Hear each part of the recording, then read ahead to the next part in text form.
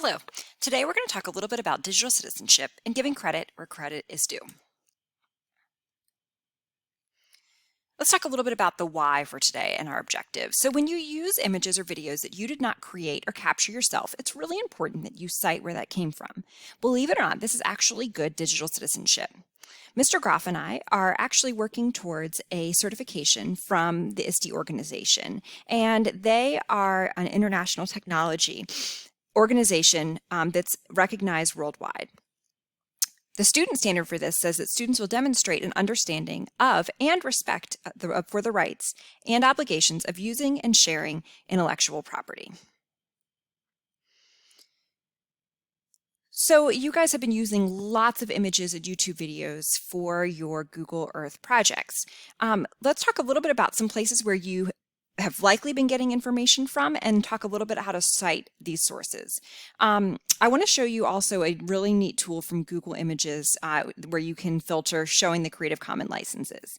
You all have also used the Library of Congress and the Google Arts and Culture website. So let's jump over to Google first and I'll show you where to grab those.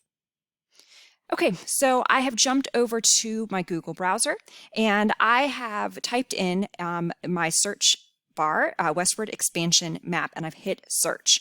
Now, when my first search popped up, these were the images that I found. If you go into your tools, it's going to bring you this drop-down menu here where you can filter out some of your sorting for filtering your images. I would like to turn on the Creative Commons licenses, and this license basically means that the artist, the original person that created this, has allowed people to use it as long as they give credit back, and you can typically also modify and make adjustments to these as well. So you can go through, you can find the image that you want, and then you can find the information on that image in terms of how to give proper credit back to where it came from. So you can see this is where it is. You can click on it, and this is where you're going to probably find a lot of your information. So when you actually click on that map or click on the image, this is where you can find the original website where it came from. You can also typically find copyright information. So this is public domain, who contributed to it. And so this is where you can find the information that you're going to provide when you are finding your sources. Another place that I know that you guys frequently go to is the Google Arts and Culture as well. They also will typically provide information or ways for you to cite sources and give credit there as well. These are a little bit trickier because they don't often offer a right-click option where you can click save.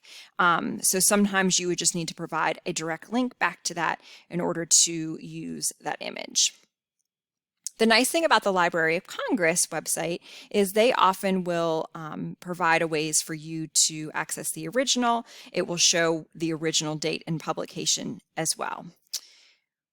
When you're citing sources, Google actually has just recently put together a tool that's not even something that you need to add on or install called Citations. So if you come to your toolbar menu, it doesn't exist in the Google slide format, but it does exist in the Google document format. So what you can do is you can come over, you can select what it is that you're working with. Typically, you're probably going to be working with websites at this point, especially with as much of the online work that we've been doing this year. But this is where you can come in and say, okay, so I'm going to be using this image, and you can find the information from here. So this actually gives you a really nice already done citation. If you didn't have that, then you could come in here and you could go through and find the original author, who submitted it, the date that it was published, and who published it as well. So you can see here the names, the artists that submitted it, and so then you can just plug in over here. This was by Ives James Merritt, and his last name was Ives, and the title of this was, oh, where did it go? Across the continent, westward course empire takes its way. And you can put all this information in, and then the nice thing is that it will provide your citation in the correct format the way that you need it. Here's our URL. The website title is the Library of Congress.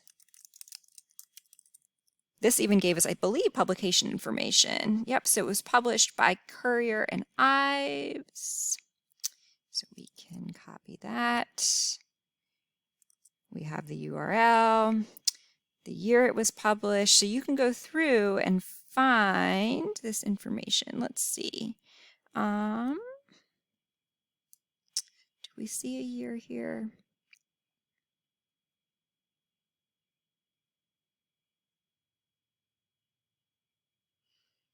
I don't see a year. Is that a required field? It is. We accessed it today. So for the published year, if it's unknown, let's just go ahead and put 000. Looking again to see.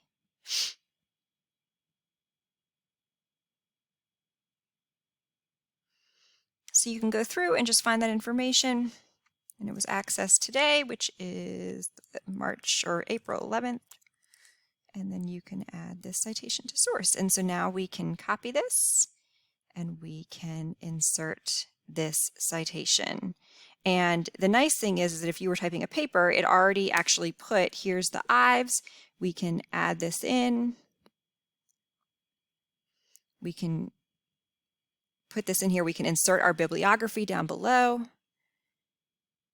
And then it will put all of our information in. And so if you were typing a paper, you would want to put that Ives right here. That would be, oops, redo.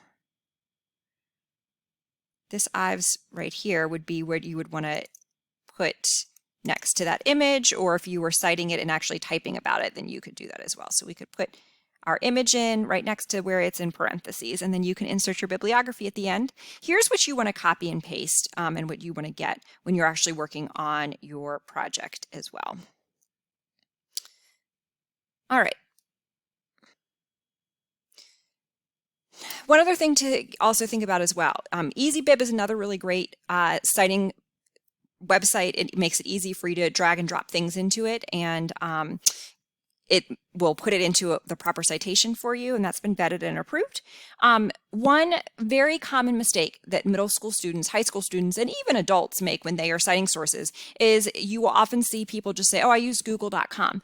Well, google.com or youtube.com are not sources. They are the search engine that you have used to look for to look for your information. However, if Mr. Groff is looking at your projects and he finds something that is amazing and he wants to use that image or go back and maybe look to see where you got it from, he going to youtube.com is not going to be able to find that specific thing. So that's why this is important that you're providing this information, the who created it, when you accessed it, what the title of it is, so that if he looks at something and goes, wow, I want to share that with something else, he can go and find the original source to give credit back. So yes, they're great tools, but they are not the actual source where that information came from. So that's just something to keep in mind.